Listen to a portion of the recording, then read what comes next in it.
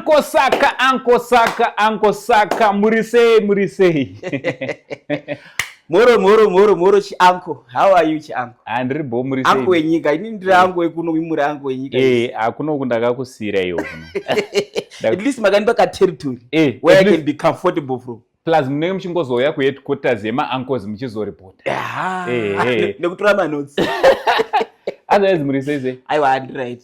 Asi kune rimwe side muri uncle venyika ndichazokuudza kuti papi. Ndine mabasa enyu andiri kuona paonline ndosaka ndati ndiuye. Aiwa, kana muri kutoona tinofara nazvo. Handiti. Otherwise ari sei mabasa? Aiwa, mabasa akanaka. Amene kwenyu kuHarare.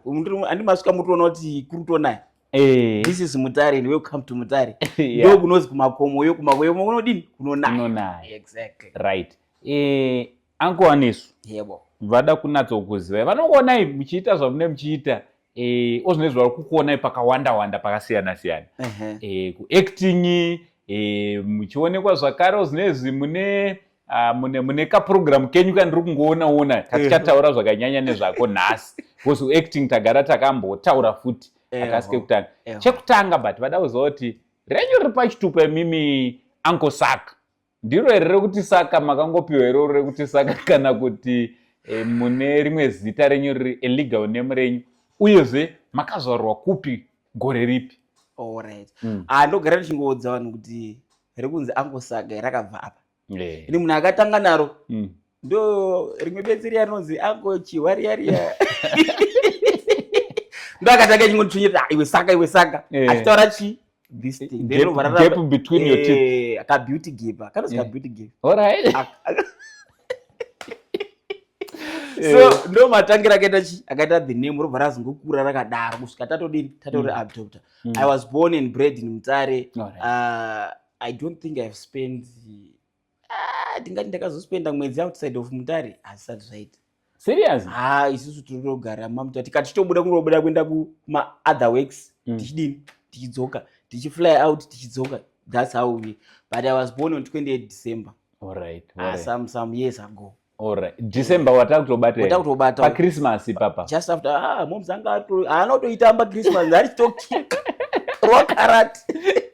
Alright. So on the 28th that's when I was born. 28 December, yeah. Alright. Pane vamwe vakutoti nekuda kweSaka pane vakutonetsa netundebvu vakutonyora comment section taken or what asking for my friend munovaziva mambo maverenga macomments iwawo vanozvidaro ana sisi. I was taken. Alright. Yeah, ndakambomira nchiti mafans pano changonditanga pa ndakaona kuti as I was taken pano chakazongosika chati take by force. So I'm taken by force. Oh, taken by force. But happily. Yeah. Serious? Yeah. Muri marriage? It's a stable relationship. A stable. Dziri kuoneka dziri kufara. Rega timbomberera maoko ari kufadza. Ngatombere maoko. Aiwa zvinofadza kuona munhu anenge mimi public figure achiti achifadzwa. Alright. Handei kubasa renyu mimi. Zvekuacta makambotiudza kuti zvakatanga sei. I remember tichimboita conversation idzodzo kumashuro. But kuzoti mimi maakunatsoita pamberi pekamera uyezve kunokuzoputika kuti magadzira mahits makazvitanga rini and hit renyu rekutanga nderipi? Alright. Inini ndakaenda kuchikoro chemedia. I've got a degree in media studies. Seriously? Yebo. Alright. But ndaifarira zvekuproducer zvekudirector. So I was working with a certain team wanandichitira ndiri behind the scene ndichipusha maworks evanhu vanchipusha maworks. But unfortunately along the way one of our major guy akazobuda out of country with other commitments. So takabata seta mira. COVID yobva yapindirawo. You know COVID is as an opportunity for men. Vanhu vangosina zvekuita. Then tipiraka namaichi watikati aiwa let's restart those things. Then we started working. Atakangotangirana papa namaichi. Wangoti maichiwa munhu ane akati ngware saka akazonyanya kuti putikei. Alright. But taikodini? Taingoita setutsika patsika munhu. Alright. Alright. Yeah. Saka muchitanga imimi makatanga muri imimi chiwa cheguhune Ruka naNumwe. Tatakadara ndizvi. Muri ngori 3. Vamwe wakazo Admire akachizouya kuchizouya wana Maisara kuchizouya wangu tichienda. Admire anga atangirwa kwake, Maisara wanga watangirwa kwawo. Alright. But Maisara akazouya. Saka takachizosangana tazodhumana pakeki. Zvatwa 1. Zvazvekare kana makutokangana kuti zvakatanga sei nanani. Mazono sei muchifana kunyora nemabhuku ikoko futi. Mufana kunyora mabhuku futi kuti zvakatanga sei. Zvakatanga sei. But that's what it is like. Yeah, it is what it is. Muchidaro. Saka chimbotiudzai ukama hwenyu kuti wakamira sei. I understand kuti you are related imimi naana Chiwa paukama.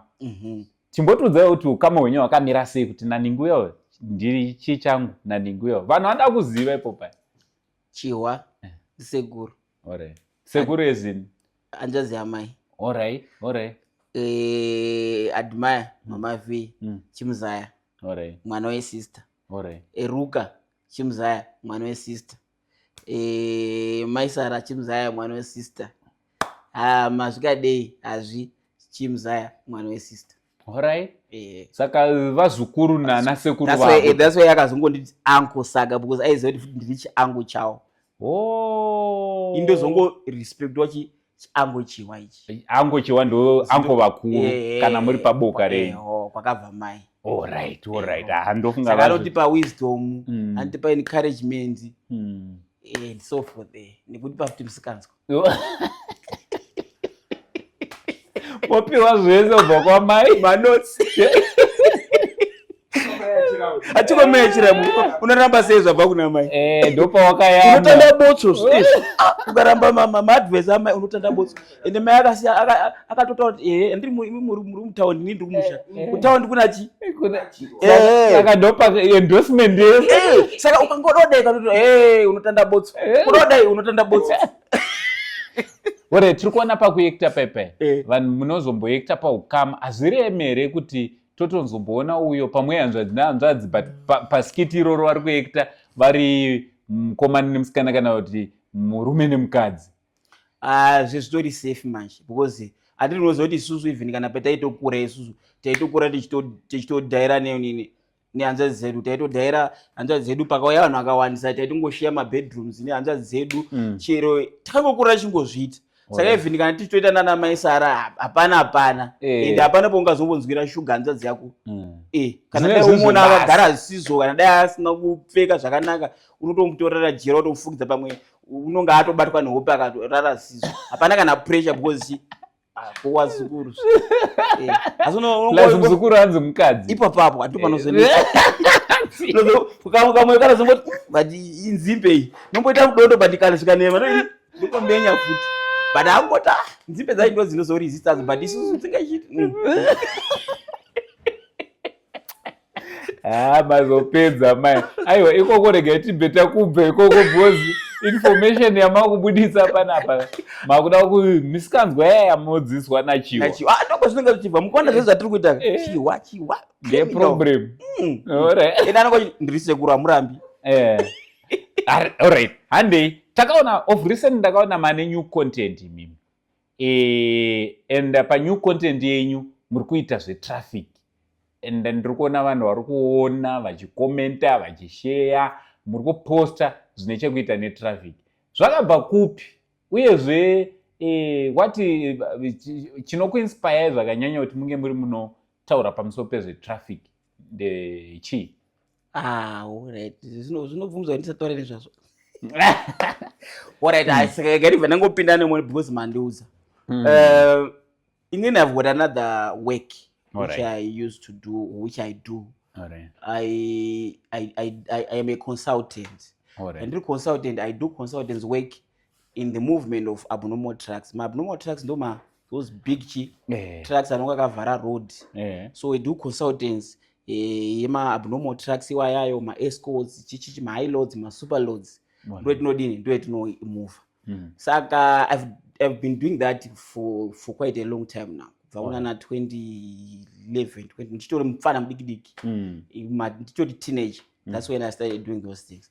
So along the way, takazosvika pekuti we were invited to, it was actually tingati chiko something chinoitika kwauri once in a lifetime. It was actually once in a lifetime opportunity.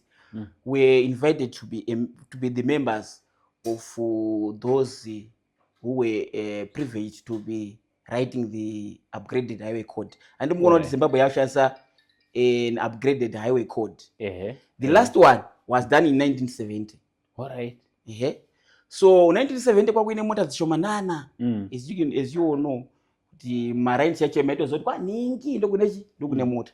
So as time goes on, mota dzakatanga kuwanda.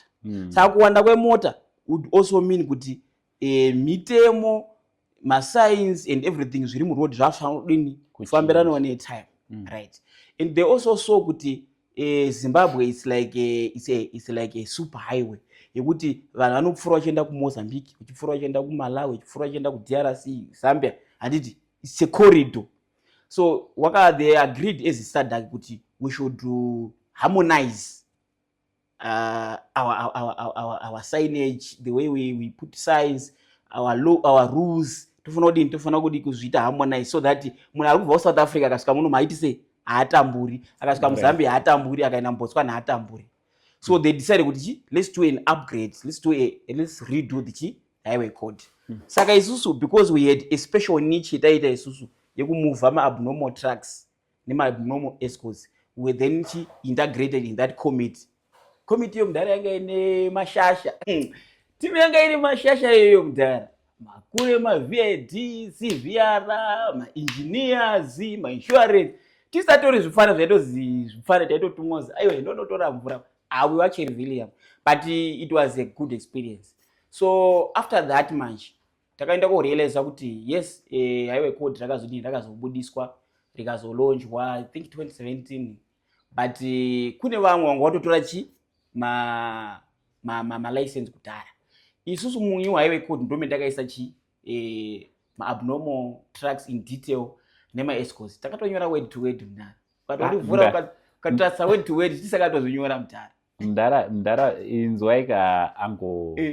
Muri kuti mimi pane zvese zvema-abnormal zviri mu-highway code muyani ndimi ipfungwa dzenyu. Word to word mudhara. Serious? Word to word. Saka isusu we then felt kuti yes, kune vamwe wanga watogara wanga watotora ma-license kudhara and hawazivi nezvema-abnormal movement, ma-escorts they don't know. So what can we do? Let's open a page. Ndopi takavhura page rakanzi traffic updates. Nerimwe racho rakanzi Saka Comics ndomboisa futi ipapo. So that page is dedicated to now talking about ma-abnormals mostly. Then anything that has to do with the road safety.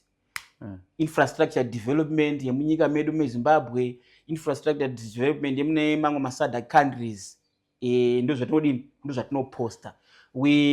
Tinofarira kuti vanhu vafambe zvakanaka safety pamugwagwa. Saka that safety comes through road infrastructure, it comes through respecting mitemo yemuroad as advocated through the highway code. And like I told you, highway code redu rakaharmonizwa. It's now a SADC thing. Saka zviri South Africa nezviri kuno zvinhu zvakadini, zvinhu zvakafanana. Zvingazongosiyana here and there, but zvakadini mostly zvakafanana. So isusu on that page read traffic update ndo zvatiri kuudza vanhu. So if you want to know more about what is happening on the road, how abnormal trucks move, you better follow us and see for yourself. All right, mukati better follow us. Mataura muri kuita it's more like an organization or government. Page iroro nderenyu here kana kuti it's an organization? Toda clarity papo. Okay. Page nderangu. All right. Nemachinda angu. Tiripo 3. All right. But muri kungoitawo zvekuti mune zvamuri kuwana here pazviri maybe muri pamasalary kana kuti makatonzi mufana kudaro muchihora zvichidi. No, it's just for the love of road safety. It's just for the love of showing the people out there about the developments zvikuitwa nenyika yedu zvikuitwa neSADC. Anything chinochekuita nechine road safety, even kana pakati accident toudza vanhu kuti pakati paita accident guys, fambai zvakanaka. Recently pachaka pakaiswa mahambo asikunzwikana nevamwe vanhu. So we'll be telling people kuti pakati pane chakati chadai, pakati pane madito, pakati paita zvakati, nyika yakati kune zvakati. So why are we three? We are three because one of the guys a truck driver, umwe anoita zvema escort, umwe anenge ari kuoffice. Saka tichiti uya paafamba apa anenge chitoro chi ma-updates. Then we've got various people in various countries wanopota vachitipa futi chi ma-updates from those SADC countries. Alright. But it's just for the love of the game. Azizve mari. Azizve pasalary. But ngataura nechokwadi pakunyora haiwe code post kuti ndo iri kutoshanda. From 2017 kubva payaka upgradewa up to now. Munotori nepage renyu ramakanyora word to word. Mudara makafa nemari. Ndo chokwadi chaicho. Mudara makafa nemari zvokutoti chiri kutondirwadza izvezvi kuti pamari yamakatora imimi handiti pakunyora haiwe code mune share yangu yamusati matondidi chegumi because handambokudza kuti inini ndiri national angu bandakakupaiwo munofanira kupotawo muchiuya chegumi kuna papa kumafundisi chaiko zviriko mukanzwa vai vanonzi maspiritual son vanoenda kuna spiritual father netithe. Saka imi chii chiri kukonzera chingogarai mandipa yangu ipo panapa senyika vanhu vachiwitness akatora mari munhu. Alright, Gandhi, sorry to disappoint you, but you see, this was a national thing. We were doing it for the love of the nation, for the love of road safety. Ndara, aiwe code riri kutengesewa. Aripiwe vanhu for free. Ndizo hurumende ndara, azvibhadhari screamed.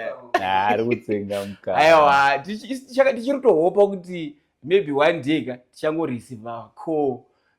Chingonzi, timwe ndimi kunyora aiwe code uya. Svikai pakati kuite zvakati. Chinotohopawo. As long as we live, there's hope. Yes, team highway. As long as we are still alive, there's hope kuti one day something will happen. Muri kurawa kuti vese vari kudhiraivha motikari ma-abnormal nemota dzese, imi ndimi makatovaudza kuti dzinodhiraivhwa. Fambai so. Mukasvika pakaita zvakati. Nekutoudza vanhu guys, ndinokumhaiweke kuti mamuine ambulance, motorcade, fire brigade, ndidzo mota dzairespectwa.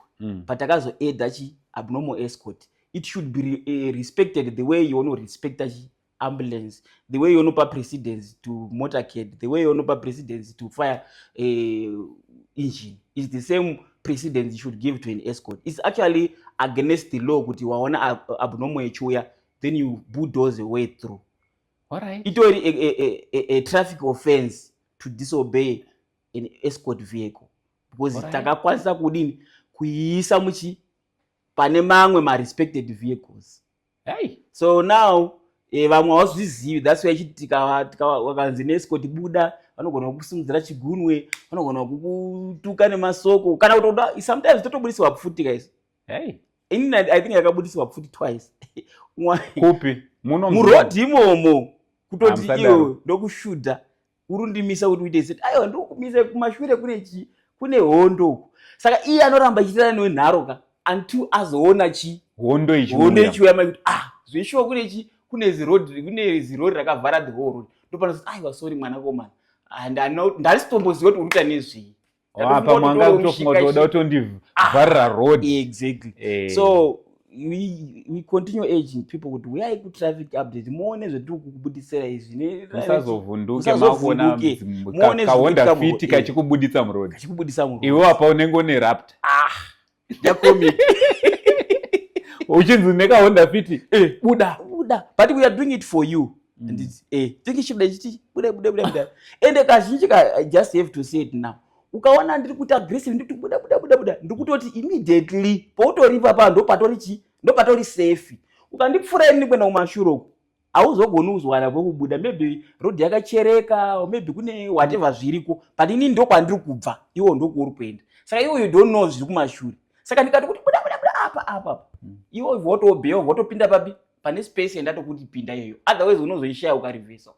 Hey, matodzidzisa zvero.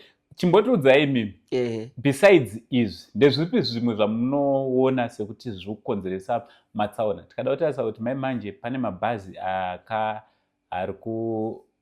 rakaita accident riya kuSouth Africa. Tine urombo nekurasikirwa nehama dzedu dzakawanda, over 30 people perished, over 40 people perished, of course 30 something Zimbabweans wakafa. Tiri kuona social media madriver emabhazi, pane mamwe madriver vari kuita vari kupostwa time and again.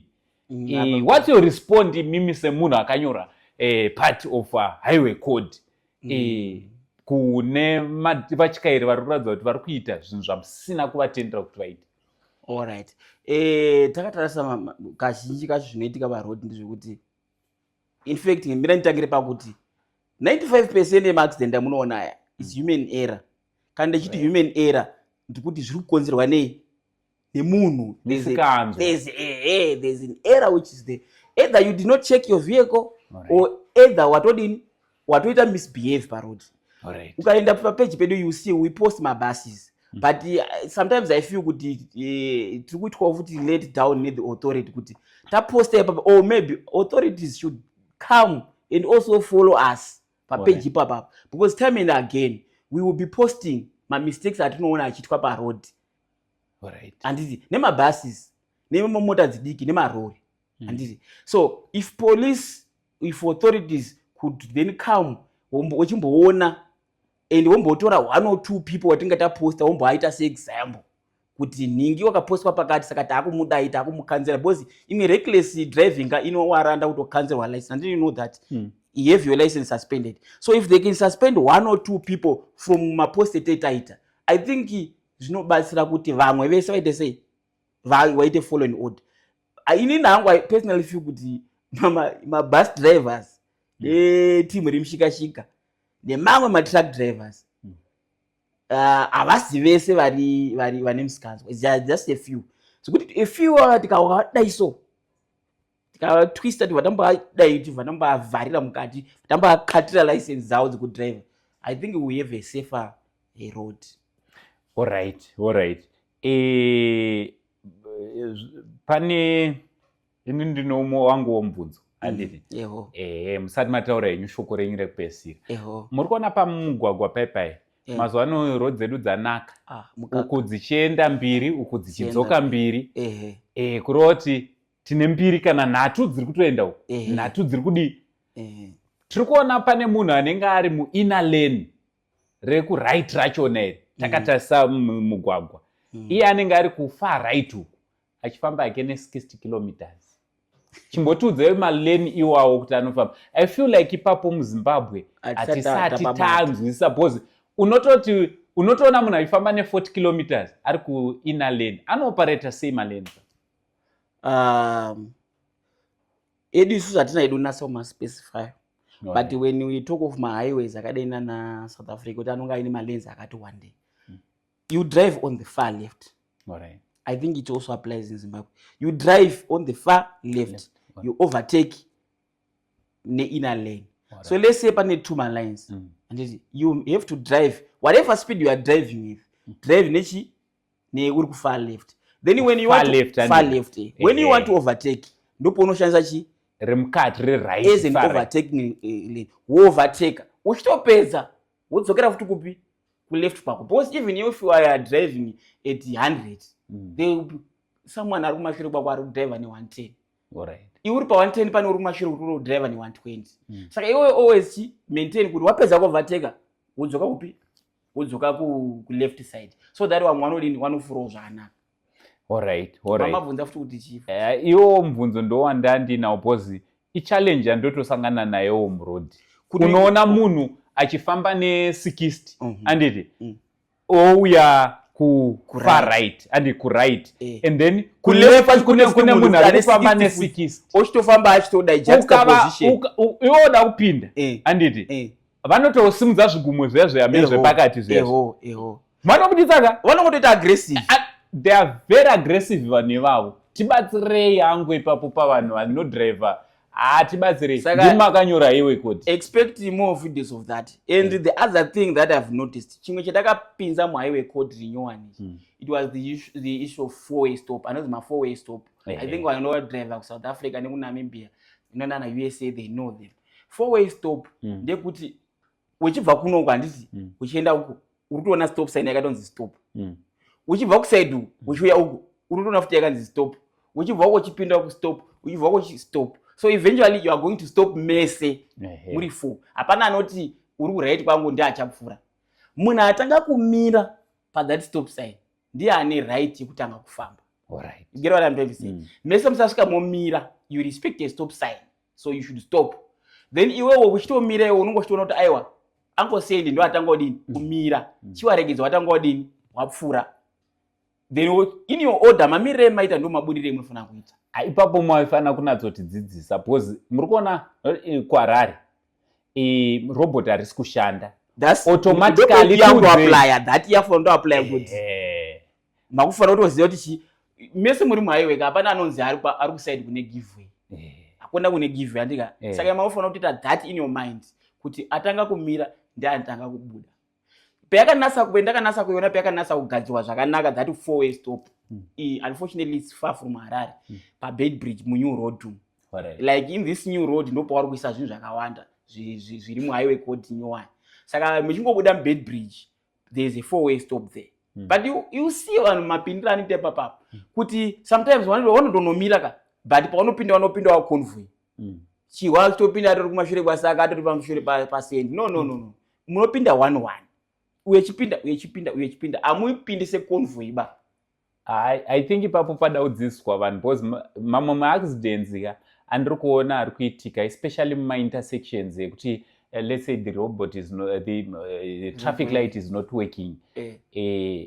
Ignorance. And if you apply that thing ekuti four-way stop munhu atanga kupinda ngaabude. Wokupesira pa roundabout. Ma-roundabouts futi ane problem. Ndakamaona ma-roundabouts munoitika ma-accidents akawanda. Yekuti nditiudzei anofanira kutanga kuenda ndiani because tiri kuona kuti iwe uritori museko kare. Uyo abva ukuku haasi kumira ari kutongosvika museko akadi ati mpum achitoenda ndipamberi pavo. Mota itori museko ndiye inopiwa precedence kana uripinda murobot. I mean mu-roundabout. Mota yata mu-roundabout ndiyo inodini ndiyo inopiwa precedence. But you also respect cars from your right. Yes. Kana iri pachi kana let's say mesa amsana mapinda you respect mota irichi which is coming from your right. Handiti uri kudzika wakada iri ku right ndiyo inopachi yonopa way ndiyo inosiya chitangopinda. But iri ku left yacho kana yata museko kudhara unotoisiya chitodini ndo yatwa ne right of way. Wozopindawo. Then imwe futi muZimbabwe pa road parodi unonatsoona kuti hapana zvekuzikana. What uyai padhuze uyai mubati uyai mubvunza. Right. Mkomasaka. Yebo. Another issue angu ambaye munombosangana nayo ndiri kuona nyaya selfishness madrivers iri kuwanda because pese pamunoona panoloka mota tori pane intersection mukati metown zvezve zvakaita mutauni medu mamutarumu apo pane magadhi apa pamusoro pachipaipai dzinoloka but zvoronyatsotoona kuti munhu unatsoziva kuti mutemoka uyu ndiye ane right of way but you see this person he proceeds kuye kuti pakati paipai dzvutu amirepo papoka wavhara he doesn't even go abloka dziri kubva mashure abloka dziri kubva kwamuri abloka dziri kubva uku abloka dziri kubva uku handizviti maZimbabwean drivers kuti tinenge tisikazivi mutemere anaka kutomirira munhu wetraffic kuti achiuya ochitanga uchitovhura ameno ipo papo. Alright. Ndopoende ndada kutaura kumazondimisa kuti is there in the new highway code. But kungoti like I was saying kune mamwe ma-areas esazvaitwa but I have to believe kuti ina handisi kuHarare saka munondiregerero.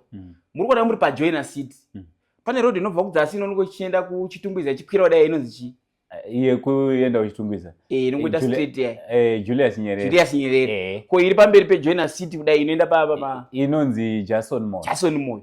Mukasvika pakona Jason Moyo na Julius pane mamwe malines akanyorwa so akaita mablocks akanyorwa ne white so akaita ke manini zima diamonds square zvakadrowa newhite. Alright. Right. Zvinoitika ndezvekudai mota dziribva kuna Jason kuZasuku. Jason unoenda nekupi zvinodzika kudai. Dziribva kumusoro kati dzichikwira kudai. Dzine chibva mutauni dzichidzika kuenda ku. Right. Robot riri green. We agree kuti riri green. But kune robot riri nechepamberi pacho paya the next road iri pamberi yai. Rakaloka takawira. Mota dzakalokwa kubva kuna takawira kudai kuya kusvika pana Julius Nyerere. Andimuna kusvika pana kona Julius Nyerere kudai. Iwo uri kubva uku kumusoro kudai. Because robot riri green. Munhu anonosvika unoti ndi vanovhara chi mubox area. That box was put kuti you are not allowed to enter that box unless there is an exit. Alright. Nditangise. You only enter that box uchitoziva kuti unobuda uko kumberi. Ayo, anko saka ndakukumbirai. Imi muuye kuHarare ndi. Okay, it's a special request from me. When you come to it's an invitation. I want to do many videos with you. Tichitaura. Tiri pa ground tichiona. Apa pamuri kuona apa. Apapindwe mubox. Because once wapinda iwewe even pachazoita green kuside kwemunhu ari muna Julius Nyerere. Achagonika kuproceed because iwe wakamira intersection. It's already locked. Watoloka, that's selfishness. Mira kakumiri kunoku because hapana kuroda kuenda. Ndara unotukwa kana uchida kuziva kuti vanhu vemuHarare vanotuka ka. Aritori mubox momeo. Achitotuka iwewe. Achitotuka iwewe kuti. But it's a traffic offense. That person can be arrested akasvikirwa akamira imomo box. Ukazviitira kumusoro kuya kune macameras kuya. Tikakuona kamera ikakuona wakamira imomo muri red ka. Utori mu red robot. Utori mu red robot. Saka iwewe you should only enter mu robot ka when you are sure kuti you are going to exit that robot before right at red. You get what I'm trying to say? Inini alright. Inini I possess a UAE driver's license and a Zimbabwean driver's license. So my own experience ndaenda ku UAE ndanosvika ndichifara ndikati ndiri license ndodriver magonyeti ndiri kuzwa kukai no you not a driver. Ndikati me a driver. Svikanzi no you no good driver. Ndakatsamwa. Svikanzi go back to driving school. Ndatanga kunodzidziswa this one steering this one. Ndakatsamwa ndikati iwe ndipe license jeni. So ndakazodzidza kuti no chimwe chezvinhu chandaida kudzidziswa ipatience. MaZimbabwean drivers they are not patient. They don't have anotanga kuflasha. Exactly. Before robot ndisati atomboisa munumber 1 ndiendeka. Munhu ari kumashure kwangu anokatondiridzira kuti famba iwe famba. What are you doing? But you don't know my car, you don't even know my condition. You don't even know if pamberi pangu pari kucrossa mwana. Even robot ri green ka. I cannot proceed towards munhu ka because munhu anopuwa right of way. Ndofuna kutomira kuti munhu iye apfure. But unotoona munhu akuri kumashure kwawo chitokuridzira kuti buda famba. Nofamba chiende. Like I'm saying kuti even kumberi ndikaona kuti kumberi hakuna kwandinoenda. Even ri green ndoramba ndakamira panapa. But unonzwa munhu ari kumashure kwangu wako ndiridzira kuti pinda unomira pakati peintersection. Ko ndikamira ko wanhu ari kuona Julius Nyerere wada kukwira kudai. Wanofamba sei ndamukati meintersection. Ayo imimi regai timirire panapa because nyaya dzacho dzimwe dzoda tiri paground. Mubve mazonipa mari yangu. Muri kuona information yese obviously ndiye munhu ane mari dzakapiwa. Samutipewo mari dzedu dzekunyora highway code. Ndichachizotaura naminister anga ariko. Hatisoda zvemaminista tiri kuti imi mungotipa yedu. So mshoko tudze mazita emapage enyu. I'm sure there are a lot of drivers popanapa vanzwa chidokwa chekuda kunoona. Tudze kuti munowanikwa papi say also ibva masiya phone number. Alright. Page redu rokutanga ronzi traffic updates. Alright. Riripo pa Facebook, riripo pa YouTube, riripo pa TikTok. Uchida mavideo kudownloada kuti ugare nawo mumba uchizorefer uchizoona. You can get us from TikTok. It's easy to download. They need to name it Saka Comics and Friends. We also post those things. We also post one just general to do with road safety. They will be there. No my page setting now. Phone number +263 772 703 567. Then my other message to you guys is we've got a new highway code. Maybe you didn't know. A new highway code. You should go. Monoritenga is very cheap. You go through it. Even win a license, just go and read it through.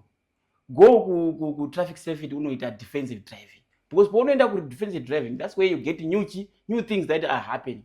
That's also where you get to know that in Iowa, my extended, you are to be blamed as a driver. Because you are going to Iowa, I know so because motor yangu yanga isina license anasa kuona kwa kuine mute kana kwa kuine mute why drive very. I didn't. You made the choice to drive kuine mute. You made a choice to drive Maneru. Saka now driver Maneru no kuti Maneru no drive at 20-30 kilometers per hour. Kana kuine mute yako inofana ngene ma fog life and which ma fog lights and which driver speed kuti kana pakaita something chiri sudden pamberi unofana kwanisa kudini kumira. Saka you also blame adverse condition. You cannot blame kuti moto yangu yakadai yakazoputika tie. Moto haiputiki tie ipapo. Tie rako unonga watobva naro rine problem. Matire ano expire after 6 years. You should check the expiration date. Matire anozvimba pasapo. Nditi kana akarohwa nemapoto anozvimba maside. Inspect your car. Unotobata tie rako uchitenderedza woda uchizoti rine kalambo karapa. Palambo ipo ndo parinodini parinoputika napo. It's very rare kuti tie ringotanga nokuputika from nowhere. Saka know your car, know your road, know your weather condition. Then take the right decision. Vamwe futi vamuchazotaura musapindure papa. Tine timu retu mudhudhudhu rwawanda mutaundi. Timu iro riri kudhumiwa. Toda kuti muzotaura ipapo pamuchazouya kuHarare. Because ndokwavari kudhumwa futi kwakanyanya ikoko. Tizokurukura kuti vakomana vemudhudhudhu vanotreatwawo sei, ivo vanofanira kudhiraivhawo sei. Ayo maoko enyu manja.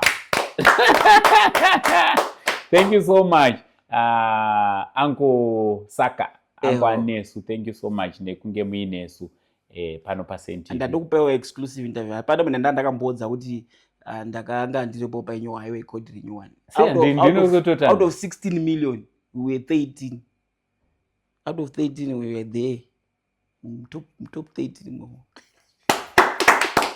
Much love and God bless. Thank you very much.